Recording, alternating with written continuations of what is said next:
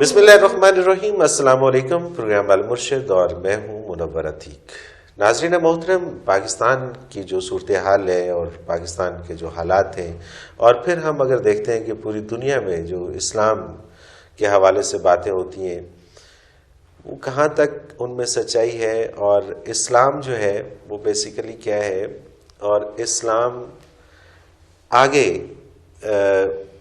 کیا ہونے جا رہا ہے، اور اسلام نے یقیناً رہنا ہے کس طرح سے، اور پھر یہ جو لوگ ہیں جو اسلام دشمن ہیں انہوں نے کس طرح سے ختم ہونا ہے، یہ ہمارا آج کا ٹاپک ہے۔ ہمارے ساتھ موجود ہیں ہمارے بہت ہی محترم جناب حضرت امیر محمد اکرم اوان صاحب۔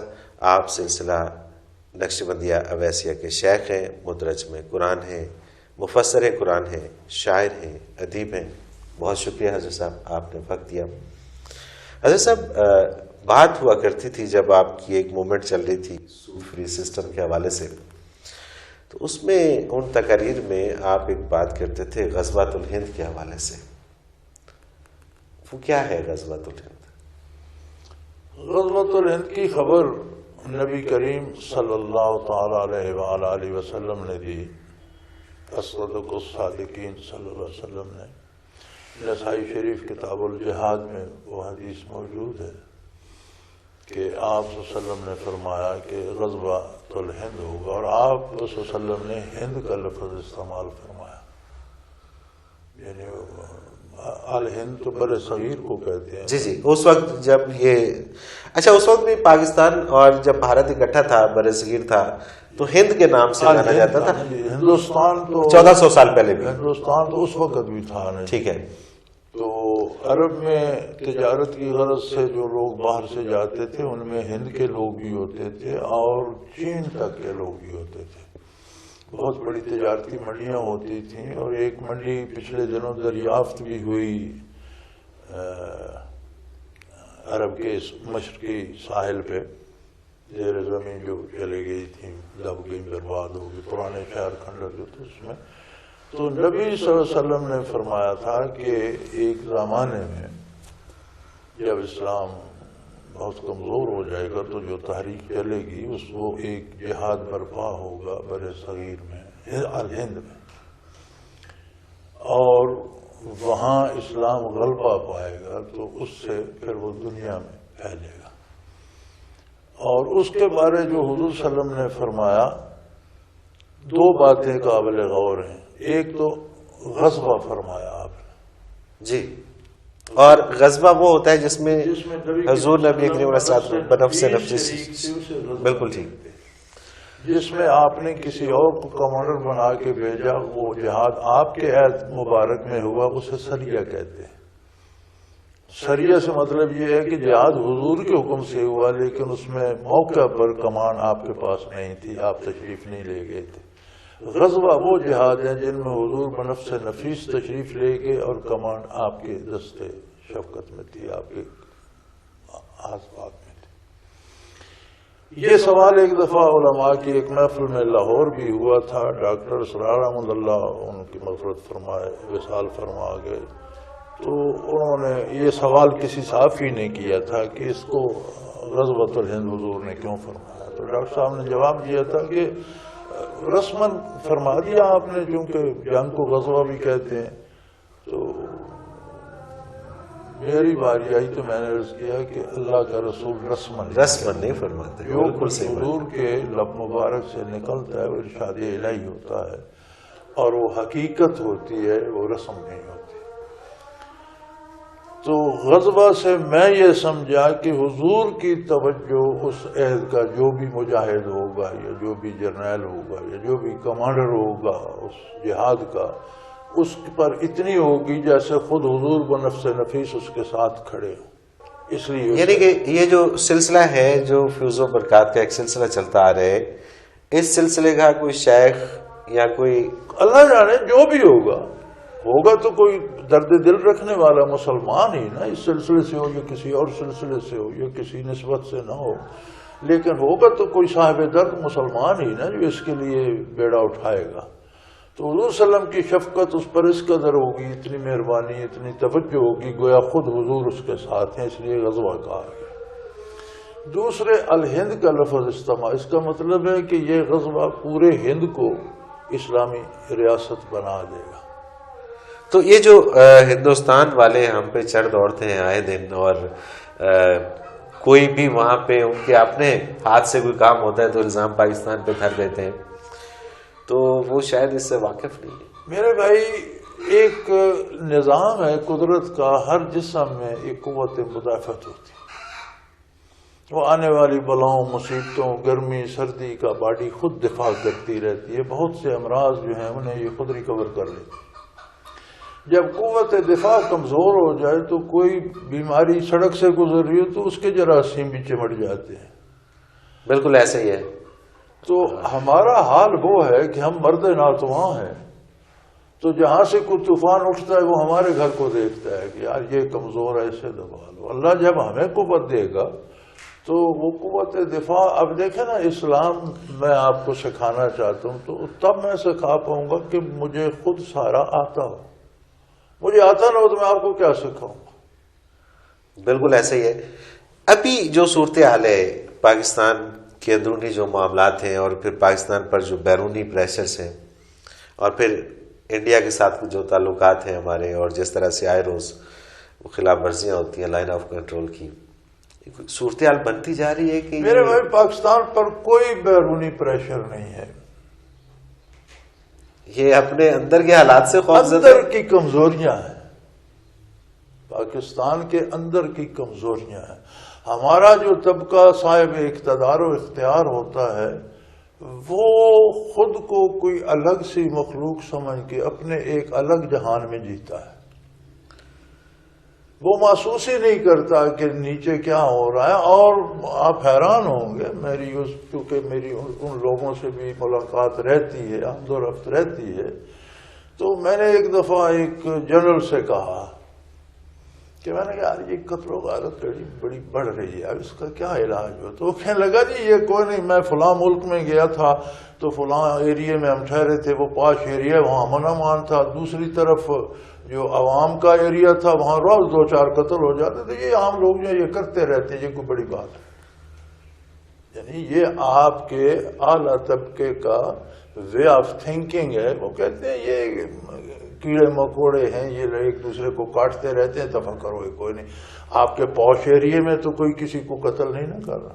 بالکل ایسے ہی ہے وہ، بلکہ میں تو بعض اوقات میں نے ایک رپورٹ بھی اس کے اوپر بنائی تھی کہ یہ جب ان کو سی ایس پی کا جب یہ ایگزام دیتے ہیں تو اس میں، یا سی ایس ایس کرتے ہیں تو اس میں ان کو یہ ٹریننگ دی جاتی ہے کہ پبلک میں نہیں جانا۔ اگر آپ نے ریڈی سے یا کسی جگہ سے یا پبلک پلیس پہ کھڑے ہوئے کوئی چیز کھا لی، کسی سے سلام لے لیا، تو آپ کی نوکری خطرے میں پڑ جائے گی۔ وہ آپ نے دیکھا اصطلاح یہ لے مین، جی ہاں، لے مین نہیں ہے، وہ لے مین، وہ لے مین بالکل صحیح بات ہے۔ لے مین کا ترجمہ آپ کیڑے مکوڑے ہی کر سکتے ہیں اگر عرف میں کریں تو، ظاہر ہے، لفظی کریں تو اور بات ہے، عرف میں کریں تو کیڑا مکوڑا ہی ہوگا۔ تو یہ ایک خود کو ایک الگ جہان کی مخلوق سمجھ کر اس میں بستے ہیں۔ اگر یہ خود کو بھی عام آدمی سمجھ کر اس لیول پہ آئیں تو پھر انہیں احساس ہو کہ تکالیف کہاں ہیں، دکھ کہاں ہے، درد کہاں ہے، اس کا علاج کیا ہے، اس کا کرنا چاہیے۔ یہ تو تب محسوس ہوتا ہے نا جب ایک غریب کا بچہ بغیر دوا کے مر جائے تو بڑے آدمی کو لگے کہ میرا بچہ مر گیا۔ بالکل ایسے ہی، تو پھر اسے دکھ ہو کہ یار۔ اچھا جیسا یہ جس طرف آپ اشارہ کر رہے ہیں، یہ تو وہ لوگ ہیں کہ جب بھی کوئی مصیبت کی گھڑی آتی ہے تو یہ بھاگ جاتے ہیں۔ یہ لوگ پھر پاکستان میں نہیں رہتے، یہ پھر ان کے پہلے ہی یہ ٹرانسفر کر چکے ہوتے ہیں اپنے پیسے پوسے، اور خود بھی انہوں نے ایک بیگ ہی اٹھانا ہوتا ہے۔ تو اس طرح تو پھر عوام کی بڑی ذمہ داری بنتی ہے کہ وہ لوگ جو ہیں کہ جنہوں نے باقی رہ جانا ہے، یہ تو پھر یہ سعادت بھی پھر انہی کو نصیب ہوگی۔ بچے مجھے دیکھیں، یہ سعادت تو جس خوش نصیب کو نصیب ہوگی اللہ ہی بہتر جانتا ہے کس طبقے سے ہوگا، اور اللہ قادر ہے، وہ فرعون کے گھر موسیٰ پال لیتا ہے، اسے کون روک سکتا ہے؟ وہ قادر ہے، وہ کسی کو توفیق دے دے گا، لیکن ہوگا کوئی صاحب دردی، سنگ دل لوگ یہ کام نہیں کرتے۔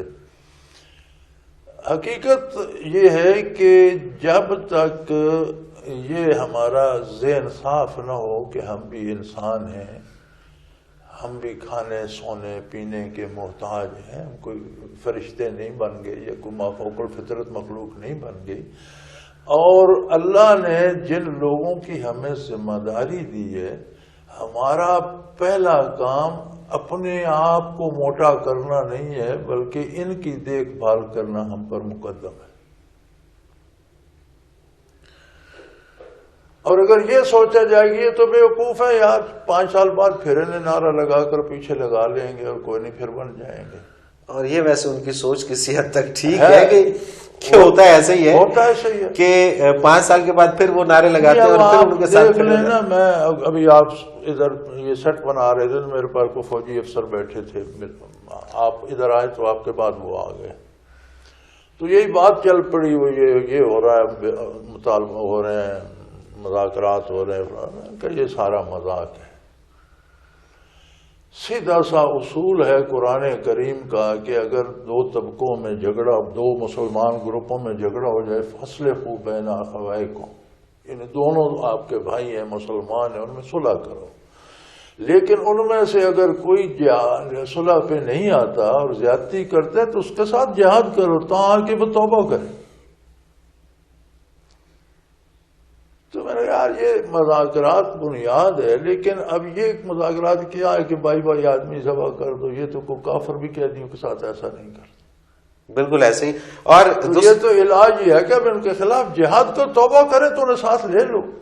جی ہاں، اور اگر وہ مان جاتے ہیں تو اب تک مان جانا چاہیے، اس میں کون سی ایسی ہماری بدقسمتی یہ ہے کہ یہاں 4 مارشل لا ہے، جو فوجی آتا ہے وہ بھی پھر کہتا ہے جی اب جمہوریت ہونی۔ جمہوریت کا وہ یہ ہوتا ہے کہ وہی جن کو اس نے بھگایا ہوتا ہے، جن سے حکومت چھینی ہوتی ہے، انہیں پھر دودھ میں دھو کر وہاں منسٹر بنا لیتا ہے، انہی پارٹیوں کے لوگ، وہی لوگ، سب نے وہیں سے لے لیے، اور وہ پھر وہی کچھ کرتے ہیں جو پہلے کرتے رہتے۔ اچھا، اس میں کیا ہماری لیڈرشپ کا فقدان ہے کہ وہی لوگ پھر بار بار سامنے آتے ہیں، یا یہ کوئی چال ہے کہ ان لوگوں کے علاوہ کوئی آنے نہیں دیا جاتا؟ لیڈرشپ یہاں پیدا نہیں ہونے دی جاتی۔ غریب کے بچے پر ہزاروں رکاوٹیں ہیں، وہ پرائمری نہیں پڑھ سکتا، پرائمری میں بے شمار رہ جاتے ہیں، اول سکول نہیں جاتے، پھر کوئی پرائمری میں، کوئی مڈل میں، کوئی میٹرک میں، انہیں وہ سہولتیں دی نہیں جاتی کہ وہ پڑھ سکیں اور ان کا کوئی جوہر کھلے۔ ایسے ایسے لوگ جو بہترین جرنیل بن سکتے ہیں وہ یہاں بھیڑے چراتے مر جاتے ہیں۔ ایسے ایسے لوگ جو بہترین مفکر بن سکتے ہیں وہ یہاں دھکے کھاتے زندگیاں گزار کے۔ لیڈرشپ پیدا نہیں ہونے دی جاتی، عام آدمی تک نہ تعلیم کی سہولتیں نہ علاج معالجے کی۔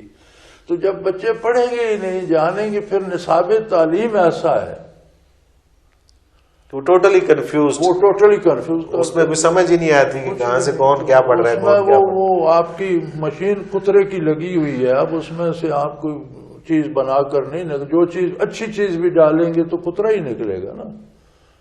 اچھا حضرت صاحب، ہم واپس آتے ہیں آپ نے اسی ٹاپک پہ کہ غزوۃ الہند، کیا اس کے لیے کوئی ٹائم مارک کیا گیا تھا؟ جی، غزوۃ الہند کے حوالے سے نہیں، ٹائم مارک کیا گیا تھا؟ ٹائم مارک نہیں دیا گیا، ٹائم مارک نہیں دیے گیا۔ اور یہ عجیب بات ہے کہ حضور کے صحابہ نے بھی حسرت کی۔ ابو ہریرہ رضی اللہ عنہ فرمایا کرتے تھے کہ کاش میرے زمانے میں مجھے موقع نصیب ہو جائے، اور اگر میں مارا جاؤں تو بلا حساب جنت میں جاؤں، اور اگر زندہ رہوں تو مجھے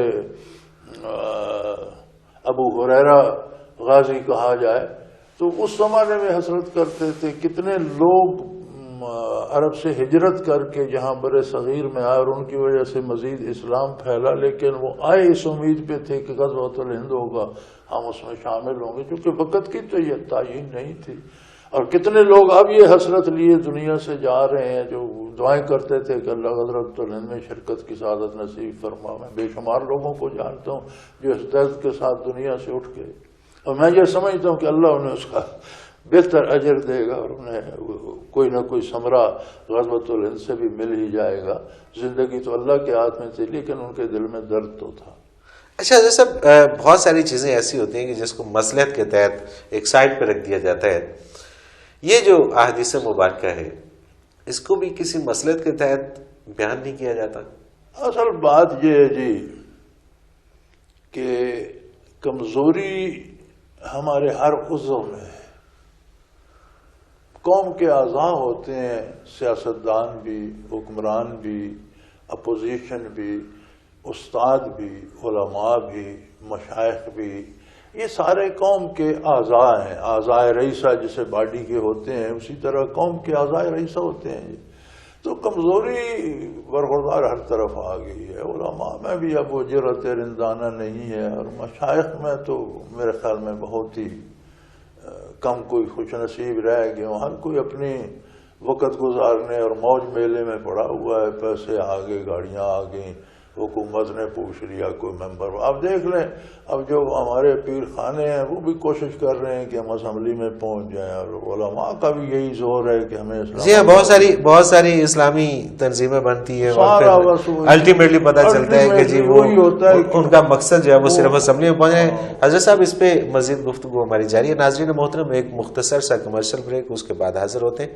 ہمارے ساتھ رہیے گا.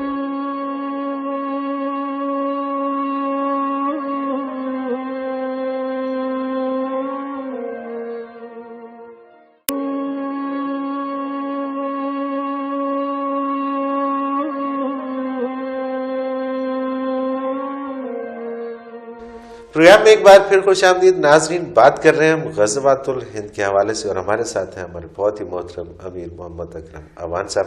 حضرت صاحب، بات ہو رہی تھی غزوات الہند کے حوالے سے. کیا اس وقت جو پاکستان کی صورتحال ہے یا جو عالم اسلام کی صورتحال ہے، وقت آ نہیں گیا کہ اب اسلام کا غلبہ ہونا چاہیے اور اب جو باطل قوتیں ہیں ان کو شکست ہونی چاہیے اور ان کا نام و نشان مٹ جانا چاہیے؟ فطرت کا ایک اپنا نظام ہے جسے قدرت خود کنٹرول کرتی ہے، خود چلاتی ہے. اور فرمایا، ارشاد باری ہے، بسم اللہ الرحمن الرحیم، تلک الایام نداولھا بین الناس. یہ دن جو ہیں یہ لوگوں کے درمیان چکر لگ جائے، پہیا گھومتا ہے نا، اوپر کی چیز نیچے آ جاتی ہے، نیچے کی سطح اوپر چلی جاتی ہے، تو یہ دن اس طرح پھرتے رہتے ہیں. اب وہ اس پہیے کا سرکل جو ہے وہ کتنے عرصے پہ محیط ہے، کب کس طرح کہاں جائے گا. ایک بات یقینی ہے کہ کسی چیز کو دوام نہیں، اور جب بھی کوئی چیز اپنی ایک حد پہ پہنچتی ہے تو پھر اسے واپس دھکا لگتا ہے، ری ایکٹ ہوتا ہے.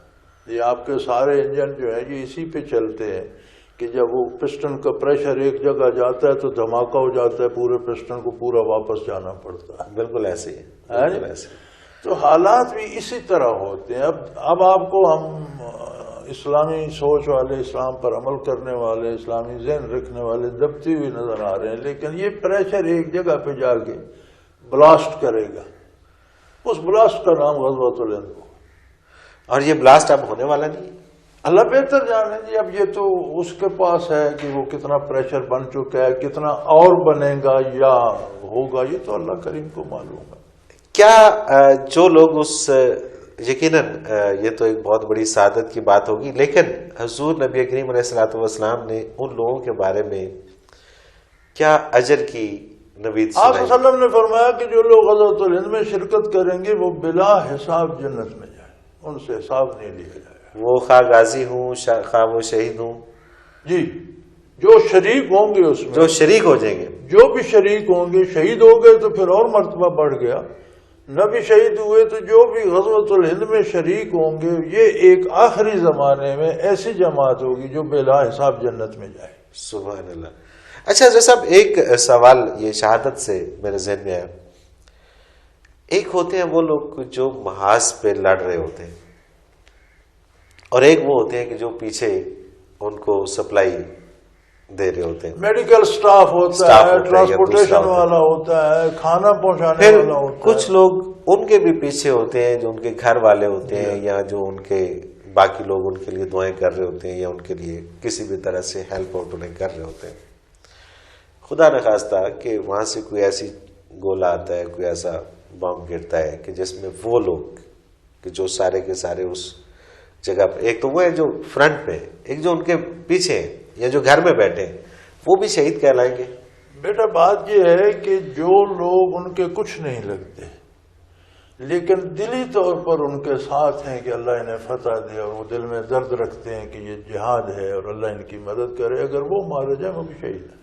یعنی کہ غزوۃ الہند کے اندر بھی یہی ساری صورتحال ہوگی کہ اگر کسی بھی جگہ پہ کھڑا کوئی بھی شخص، جہاد میں یہی ہے، جیسے آپ کا فرنٹ پہ لڑتا ہوا غازی مجاہد شہید ہوتا ہے، اس کا کوئی لانگری مارا جاتا ہے وہ بھی شہید ہے، اس کا کوئی میڈیکل کا سٹاف مارا جاتا ہے وہ بھی شہید ہے، اس کے وہ لوگ جو اس میں دلی طور پر معاون ہیں، گھر والے بھی اگر دلی طور پر ساتھ ہیں تو شہید ہیں، اور اگر یہ کہہ رہے ہیں کہ بے وقوف تھا کہاں جا پھنسا نہ جاتا تو پھر وہ اور بات ہے۔ لیکن گھر والوں سے علاوہ عام مسلمان جو ریت ہے ملک کی، اس میں بھی جو دلی طور پر دعائیں کر رہے ہیں اور دلی طور پر اگر ان سے مدد ہو سکتی ہے تو مدد بھی کرتے ہیں، جیسے آپ نے 65 میں دیکھا لوگ دیکھیں لے کے محاذ پر بھاگ رہے تھے، تو ان میں سے بھی کوئی مر جائے تو وہ بھی شہید ہے۔ اللہ کی رحمت بہت وسیع ہے، یعنی کہ اللہ تعالیٰ نے ہر طرح سے لوگوں کو بخشنے کے اسباب پیدا کیے ہوئے اور موقع دیے ہوئے ہیں، اللہ کی رحمت بہت وسیع ہے،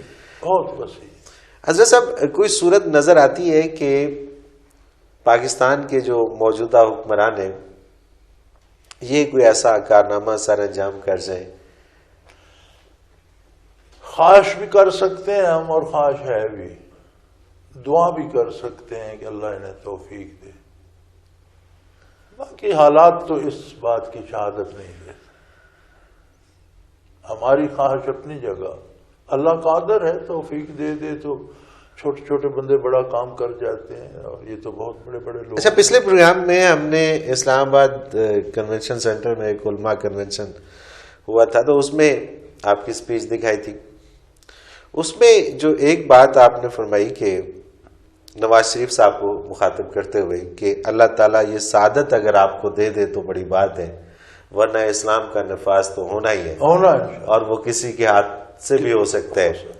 تو آپ کیا سمجھتے ہیں کہ 16 برس بعد جب ایک بار پھر وہ وزیر اعظم ہے تو آج پھر آپ انہیں کوئی ایسی ایڈوائس کریں گے؟ جی میں تو اسی مسلک پہ قائم ہوں اور اسی پہ آج بھی کھڑا ہوں، اور میری آج کی تقریریں بھی وہی ہیں، ان میں کوئی فرق تو نہیں ہے کہ 16 برس پہلے کی بات ہے، ہم تو وہیں کھڑے ہیں انشاءاللہ، اور اسی امید پہ کھڑے ہیں کہ اللہ ہمیں بھی غزوۃ الہند میں شامل ہونے والوں میں شامل فرمائے۔ کیا پتہ کب ہوگا، موت کب آ جائے، ہمارا وقت ابھی ختم ہو جائے، لیکن ہم دل سے تو اس میں شامل ہیں، اسی امید پہ کہ اللہ انہی کے زمرے میں ہمیں بھی شامل کر لے۔ تو نفاذ اسلام تو انشاءاللہ جی جو میرا اپنا یقین ہے، دیکھنا ہر آدمی کی اپنی سوچ، اس کا اپنا آئیڈیا، اپنا انداز اسس کرنے کا چیزوں کو ہوتا ہے، میرا جو اپنا ہے خیال وہ یہ ہے کہ انشاءاللہ اس زمین پہ اسلام ضرور نافذ ہو، لیکن وہ کب ہوگا، کون کرے گا؟ یہ میرا نظریہ نہیں ہے، یہ بین الاقوامی نظریہ ہے، عیسائیوں اور یہودیوں نے بھی یہ تجزیہ کیا ہے، اس لیے وہ ساری سازشیں کر رہے ہیں کہ کہیں ایسا ہو نہ جائے، اسے روکا جائے۔ اگر انہیں یہ یقین نہ ہو تو کیوں کوشش کر رہے ہیں؟ وہ ایک مسلمان سے ڈرتے ہیں یا ایٹم بم سے ڈرتے ہیں؟ نہیں، ایٹم بم تو ان کے پاس بھی ہیں، مسلمان سے ڈرتے ہیں، وہ اسلام سے ڈرتے ہیں۔ مسلمان بھی اسلام کو چھوڑ کر جو ہیں ان سے تو نہیں جی، وہ پھر مسلمان تو نہ ہوا جی، وہ تو پھر ان کا ساتھ، جو قومی مسلمان جو ہیں ان کے ساتھ تو ان کی بڑی دوستی ہے جی ہاں، کہ نہیں، جو مسلمانوں کو بھی دھوکے میں رکھتے ہیں، جو دلوں سے مسلمان ہیں وہ اسلام سے ڈرتے ہیں۔ آپ نے شاید نہ سنا ہو یا آپ کی کہیں نظر سے نہ گزرا ہو، میں سن رہا تھا بش کی تقریر، تو وہ بات کر رہا تھا افغانستان کے طالبان اور اس اسٹیٹ جو تھی وہ آپ نے تباہ کر دی، وہ کہہ رہا تھا they were going to destroy our culture around the globe، یہ بش کے الفاظ کہ ان کا جرم یہ تھا کہ ہماری تہذیب کو وہ دنیا سے لپیٹ دینا چاہتے تھے، اور ادھر ہم ہیں کہ ہم ایڈاپٹ کرے جا رہے ہیں ان کی تہذیب کو، اور ہم سارا یعنی جدھر جیسا افغانستان میں انہوں نے امن قائم کیا، لوگوں کی عزتیں محفوظ کی، جس طرح کا عدل انہوں نے شروع کر دیا جو ہو رہا تھا، یہ تو سارا امریکہ مسلمان ہو جائے گا، یہ تو ہماری تہذیب اور ہمارا مذہب ختم ہو جائے گا، ہم نے اس لیے انہیں تباہ کیا۔ بلکہ اس کے الفاظ بعین ہی یہ تھے they were going to destroy our culture around the globe، یہ تو دنیا سے ہمارا بستر گول کر رہے تھے. یہ اور یہ بستر تو الٹیمیٹلی گول ہونا ہی ہے، لیکن یہ کہاں اس کے منہ سے نکل گیا. اور انہوں نے اس پہ بڑی خاک ڈالی، اس کو کبھی دوبارہ ریٹیلی کاسٹ. اچھا، یہ اس کا تو بیان آ گیا اس کے اپنے کلچر کے حوالے سے، اس کے اپنے جو خدشات تھے اس کے حوالے سے. کبھی ہمارے کسی حکمران کا بھی کوئی بیان ایسا نظر سے گزرا کہ جس میں کسی نے یہ کہا ہو؟ یہ کبھی اپنی دنیا سے باہر جھانکیں گے تو یہ ایک الگ دنیا میں رہتے ہیں، طلسماتی سی دنیا میں، جہاں یہ ہیں، ان کی سوچیں ہیں اور عجیب و غریب جہان ہے. بس مطلب جو عوام ہے ان کے ساتھ ان کا نہ کوئی رشتہ ہے نہ کوئی تعلق ہے، صرف اتنا تعلق ہے کہ عوام نے ان کو ووٹ دینا ہے اور انہوں نے الیکشن جیت کے وہ ووٹ ہر بار 2-4 جھوٹ بول کر لے لینا ہے، 2-4 نعرے لگا کے لے لینا ہے. اچھا، اس میں بہت ساری چیزیں ایسی ہیں کہ جس میں ہمیں یہ نظر آتا ہے کہ جتنی میری عمر ہے کم از کم، میں اپنی عمر کے حساب سے اور اپنے تجربے کے حساب سے بات کرتا ہوں کہ وہی نعرے ہوتے ہیں، وہی سارے وعدے ہوتے ہیں ہر دفعہ. اس میں کوئی تبدیلی لفظوں کی بھی نہیں ہوتی، پھر عوام یقین کر لیتی ہے. ہماری بد نصیبی یہ ہے کہ ہمیں علم نہیں ہے.